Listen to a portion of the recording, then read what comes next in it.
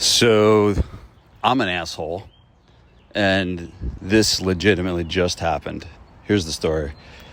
I was dropping my daughter off at the Jiu Jitsu parking lot, like I always do, and I stop in the middle of the parking lot to drop her off. So I stop my car, and I guess I was blocking traffic, and I see some guy in front of me, and he's like flipping out that I stopped to drop my kid off. So I get a little hot because he's just dropping my kid off, and he's getting all pissed, and he's like got these antics, and he's throwing his hands up and making all these big moves, and I was just like, fuck this guy. And so I go to drive up next to him, and I wanted to get close to the window and I signal, so I get right up to his window close with my car, and he won't roll his window down. I was like, roll your window down. And I wanted to just give him a piece of my mind, because I was like, yeah, just drop my daughter off, calm down. And all of a sudden he starts yelling at me. He's like, what are you doing? And I look back, and my car had hit his car, and it was like grinding, the side of my car was grinding into the side of his car, and I didn't even realize it, what was happening, to the point where it dented his car and pushed his door in. This just happened. And and he starts yelling at me, and I park my car, he goes away, and I was like, shit, that was my fault. And so I walk over and, obviously change information and stuff. I'm not going to be a total jerk and run away. And he starts yelling at me, and I said to him, I'm sorry, sir. It's my fault. He was an older guy. And we exchanged names, and he says, what's your name? I said, Vince Gabriele. And he looks up at me, and he goes, Vince Gabriele? And I was like, yeah. And he's like, you rented from me. And I guess so the first apartment I had in Berkeley Heights was I rented from this guy. He owned the building. And I'm like, oh shit, great, even more. So we exchanged numbers, and I ended it smoothing over. I apologized. I told him that I was wrong, and that I did not realize I was hitting his car when I was, but it was totally my fault. I'm an asshole.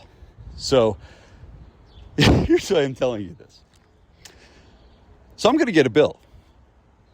And he said, at first he told me, he's like, I'm going to sue you. That's what he said at first. And then he calmed down, and he realized who I was. And and so I'm totally recording this podcast because I really honestly feel shitty about this. So I want to just let it out and tell you. But anyway, so there's $2,000. So why am I telling you this? There's $2,000 worth of damage. Likely. That's what he thinks. And so I'm going to have to pay for it. And I thought about this, and I thought about the profit masterclass that I have coming up. And I'm going to go over 6 levers to increase the profits at your gym. Okay? But one of the 6 levers is called a cash flow surge. Meaning, when something like this happens, you have a $2,000 bill, you get a $7,000 boiler at your house, you get a tax bill that's unexpected. One of the best assets that you could have is a skill set to be able to make up that amount of money that you needed to spend. So it's not coming out of your cash reserves or your debt or whatever. It's coming out of money that you create. And so this is a skill set I'm going to teach you. And I literally did not know this was going to happen, but it dovetails perfectly into, hey, stuff like this can either be really, really, really stressful. Like, let's say you don't have the money and you're freaking out, you don't have the money, but you have the skill set, right? To be able to make $2,000 or $5,000 whenever you want. And there's some certain things that need to be in place for that to happen. But if you have that skill set, these types of things tend to not nearly bother you as much or cause as much stress. Now, I'm kind of worked up about the situation, but from a financial perspective, I'm not worked up at all. If it's a $2,000 bill, if it's a $3,000 bill, okay, fine. I'll go out, I'll get a couple new customers at my gym, I'll go make a sale or something like that to you guys, or create a course or something like that.